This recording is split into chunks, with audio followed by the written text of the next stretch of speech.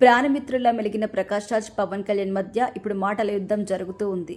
గతంలో వీరిద్దరి మధ్య సన్నిహిత సంబంధాలుండగా ఎప్పుడైతే పవన్ కళ్యాణ్ రాజకీయాల్లోకి వెళ్లారో అప్పుడే గొడవలు స్టార్ట్ అయ్యాయి. ఇద్దరివి వేరు భావాజాలాలు కావడమే ఇందుకు కారణంగా విశ్లేషకులు చెబుతున్నారు. తాజాగా ఏపీ డిప్యూటీ సీఎంపై ప్రకాష్ రాజ్ చేసిన కామెంట్స్ ఇప్పుడు వైరల్ అవుతున్నాయి. ప్రకాష్ రాజ్ తొలి నుంచి లెఫ్ట్ భావజాలానికి దగ్గరగా ఉండేవారు. జర్నలిస్టులు, ఇతర మేధావులతో సమయం గడిపేవారు. జర్నలిస్ట్, సామాజికవేత్త గౌరీ లంకేష్ దారుణ హత్య తర్వాత నుంచి రాజకీయాల్లో యాక్టివ్ అయ్యారు ప్రకాష్ రాజ్. బీజేపీ విధానాలను తీవ్రంగా విమర్శించేవారు. అలాగే కాషాయ దళానికి సన్నిహితులు, మిత్రపక్షాలను కూడా వదిలిపెట్టేవారు కాదు ప్రకాష్. ఇదే టైంలో పవన్ కళ్యాణ్ ఎన్డీఏ కూటమిలో భాగస్వామ్యం కావడం పట్ల జీర్ణించుకోలేకపోయారాయన.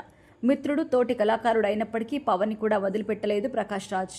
సనాతన ధర్మంపై పోరాటం, తిరుమలలో కల్తీ లడ్డు, ఇలా ప్రతి విషయంలో పవన్ కళ్యాణ్ వైఖరి ఖండించారు.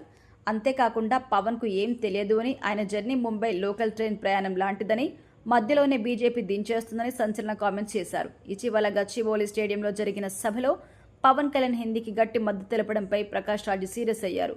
ఇంతగా అమ్ముడుపోతారా అంటూ కామెంట్ చేశారు. దీంతో జనసేన, బీజేపీ శ్రేణులు ఆయనపై దుమ్మెత్తిపోస్తున్నారు. తాజాగా ఏపీ ఉప ముఖ్యమంత్రి పవన్ కళ్యాణ్పై ప్రకాష్ రాజ్ వ్యాఖ్యల్ని ఖండించారు సీనియర్ దర్శకుడు గీతాకృష్ణ. ఓ ఛానల్తో ఆయన మాట్లాడుతూ, మా ఎన్నికల్లోనే ఓడిపోయిన నువ్వు పవన్ కళ్యాణ్ గురించి మాట్లాడతావా అంటూ మండిపడ్డారు.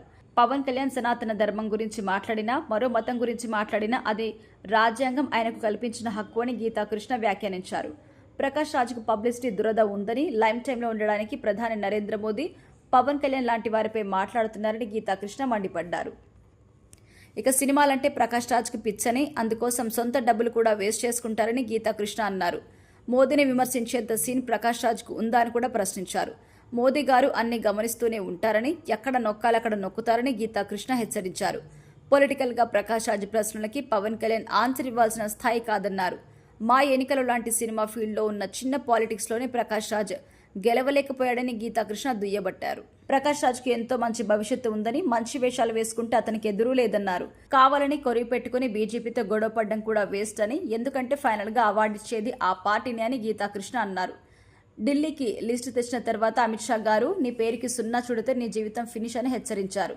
ప్రస్తుతం గీతాకృష్ణ వ్యాఖ్యలు సోషల్ మీడియాలో వైరల్ అవుతున్నాయి. మరి దీనిపై ప్రకాష్ రాజ్ ఎలా స్పందిస్తారో చూడాలి.